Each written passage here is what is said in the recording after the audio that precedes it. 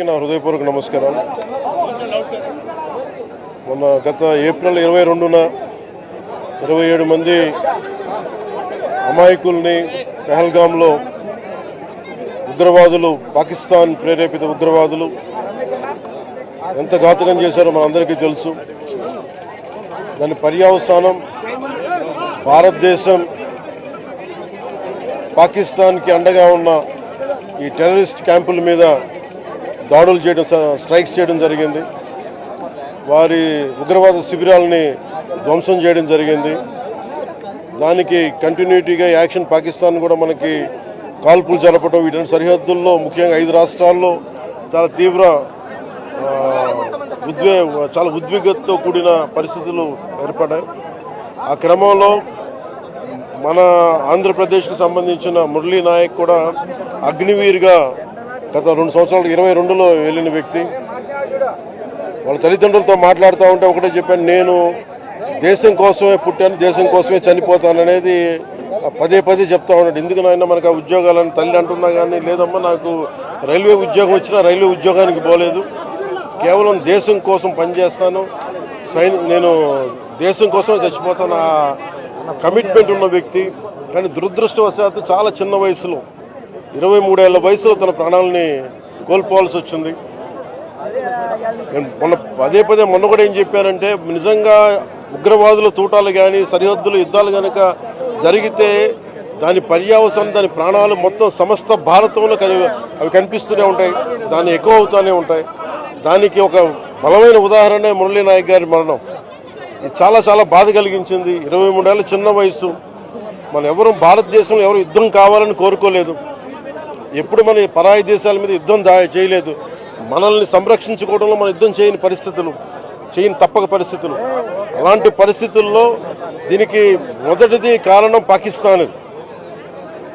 Pakistan general, army general కూర్చోబెట్టి రెచ్చగొట్టి ఒక వారం ముందు, ఏప్రిల్ 22 ఒక వారం ముందు రెచ్చగొట్టి ఉగ్రవాదుల్ని ప్రేరేపించి అమాయకులైన మనుషులను చంపించేసి దానికి పర్యవసానమే. ఎందుకంటే 47లో వాళ్ళు విడిపోయారు, వాళ్ళకి దాహం తీరల. 4 యుద్ధాలు చేశారు ఇప్పుడు దాకా, దాహం తీరల. ఇప్పటికీ అమాయకులను పట్టున పెట్టుకుంటా ఉన్నారు, దాహం తీరల. కానీ ఇంకెక్కడో చోట దీనికి బలమైన ముగింపు పలకాలి. సీజ్ ఫైర్ అన్న తర్వాత కూడా సీజ్ ఫైర్ని వైలేట్ చేసిన ప్రభుత్వం అది. అక్కడ నిజంగా చెప్పాలంటే ఒక బనానా రిపబ్లిక్. దానికి ఎవరు మాస్టర్సో తెలియదు పాకిస్తాన్కి. వాళ్ళు చేసే అరాచకాలు, వాళ్ళు చేసే మనకి స్పాన్సర్డ్ టెర్రరిజం ఇండియాకు ఒక ఇబ్బందిగా తయారైంది. అది మన ముంబై దాడులు కావచ్చు, కాశ్మీర్లో ఎథ్నిక్ క్లెన్సింగ్ కావచ్చు పండిట్స్ది. ఇది ఒక రిపీటెడ్ మన కోయంబత్తూర్ దాడులు కావచ్చు, పేలుళ్ళు కావచ్చు, జామా మస్జిద్ పేలుళ్ళు కావచ్చు, లేదంటే గతంలో జరిగిన మనకి గోకుల్ చాట్ పేలుళ్ళు కావచ్చు, లుంబిని పార్క్ పేలుళ్ళు కావచ్చు. ఇవన్నీ కూడా ఎక్కడో చోట దీనికి ఒక ముగింపు పలకాలి, దీనికి ఒక బలమైన గుణపాఠం చెప్పాలనేది నరేంద్ర మోదీ గారి ప్రజలందరూ కోరుకుంటున్నారు ఆయన్ని. దీనికి ఇప్పుడే సోదరులు గౌరవ మంత్రి ఐటీ అండ్ ఎడ్యుకేషన్ మినిస్టర్ వారు అనౌన్స్ చేశారు. గౌరవ ముఖ్యమంత్రి చంద్రబాబు గారి తరఫున, అలాగే నరేంద్ర మోదీ గారి తరఫున ఇక్కడికి మంత్రివర్గం అందరం ఉన్నాం. ఇక్కడ అందరం కూర్చొని, మేము ముగ్గురం కూర్చొని ఇందాక గౌరవ ముఖ్యమంత్రి గారి సూచనల మేరకు, ఇందాక సోదరులు మన లోకేష్ గారు చెప్పినట్టుగా దాదాపు 50 లక్షలు ఎక్స్గ్రేషియాని ప్రకటిస్తూ ఉన్నారు. అలాగే ఒక 5 ఎకరాల పొలం అని కూడా తెలియజేశారు. అలాగే 300 గజాలు ఇంటి స్థలం అని కూడా అనౌన్స్ చేశాం.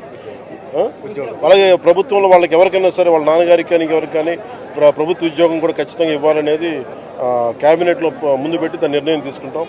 ఇవన్నీ కాకుండా నేను అదనంగా వ్యక్తిగతంగా నేను కూర్చోబెట్టి నా ట్రస్ట్ ద్వారా ఒక 25 లక్షల రూపాయలు వారి కుటుంబానికి నా వ్యక్తిగతంగా నేను సాయం చేస్తానని తెలియజేసుకుంటే, ఇలాంటి పరిస్థితులు రాకూడదని కోరుకుంటాం. కానీ దురదృష్టవశాత్తు ఇలాంటివి జరిగినాయి.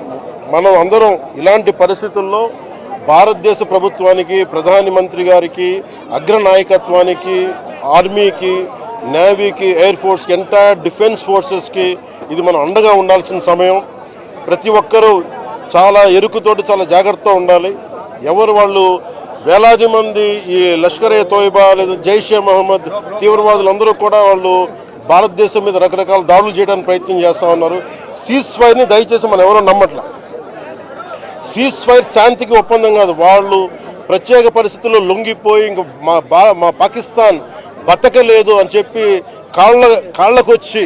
కాళ్ళ బేరానికి వచ్చిన 3 గంటల్లోనే మళ్ళీ సీజ్ ఫైర్ని వైలేట్ చేశారు. సో ఇది అందరూ కూడా గమనించాల్సిన విషయం. అందుకని దీన్ని ఇలాంటి పరిస్థితుల్లో భవిష్యత్తులో ఇలాంటి ఉత్పన్నం కాకుండా ఉండాలని కోరుకుందాం. దాని తగ్గట్టుగా మనందరం దేశానికి, దేశ నాయకులకి, ఆర్మీకి, నేవీకి, ఎయిర్ ఫోర్స్కి, ఎంటైర్ డిఫెన్స్ ఫోర్సెస్కి మనం బలం ఇవ్వాల్సిన సమయం. అందుకని మీ అందరూ సహకారం కోరుకుంటూ సెలవు తీసుకున్నాను. జై హింద్. మురళీ నాయక్ పవన్ కళ్యాణ్ గారి వీరాభిమాని. మరి చిన్నప్పటి నుంచి వారిని కలవాలని తహతహలాడుతూ వచ్చారు. అటువంటిది ఇవాళ పవన్ కళ్యాణ్ గారిని ఇక్కడ రప్పించుకున్నారు. దురదృష్టకరమైన విషయం ఏంటంటే చాలా అది నేను ఇక్కడికి రాగానే నాకు చెప్పారు, చూసాను, చాలా బాధ అనిపించింది. అతను నేనంటే ఇష్టపడవచ్చు, కానీ దేశానికి అందరికంటే కూడా దేశాన్ని ప్రేమించే వ్యక్తి. అలాంటి వ్యక్తిని కోల్పోవడం నిజంగా చాలా మా అందరికీ కూడా, లోకేష్ గారికి కానీ, మాకు కానీ, మా మంత్రి గారికి కానీ, ప్రతి ఒక్కరికి చాలా చాలా బాధ కలిగిస్తాం. వారి ఆత్మకి శాంతి చేకూరాలని, వారి కుటుంబ సభ్యులకి నా ప్రగాఢ సానుభూతిని తెలియజేయాలని, భగవంతుడు వారికి బలం ఇవ్వాలి. ఈ పుత్ర శోకాన్ని ఒకే ఒక్క కొడుకు, ఇంకెవ్వరు లేరు, ఒక్కటే ఒక కొడుకు. ఒక్క కొడుకుని కూడా చిన్న 23 ఏళ్ళు కూడా, 25 ఏళ్ళు కూడా లేవు, 23 ఏళ్ళ వయసులో చనిపోయాడు దేశం కోసం. చాలా చాలా చాలా బాధగా ఉంది. వారి కుటుంబానికి అండగా ఉంటుంది. చేసిన సహాయమే కాకుండా మా 3 పార్టీల నుంచి కూడా వారికి ఏ సహాయం కావాలో మా నాయకులు ఎప్పుడు అందుబాటులో ఉంటారు. మా గౌరవ మంత్రివర్గ సహచరులు ఉన్నారు, ఎమ్మెల్యేస్ ఉన్నారు, అన్ని పార్టీస్ అందరూ వారికి అండగా ఉంటామని తెలియజేసుకుని సెలవు తీసుకుంటారు. రాష్ట్రంలో చాలామందికి పెద్దలకు కూడా స్ఫూర్తిదాయకంగా ఒక పెద్ద వ్యక్తిగా ఎదిగాడు తన చావుతో. భారతదేశం కోసం తాను పోరాడుతూ తన చావు వల్ల అనేక మంది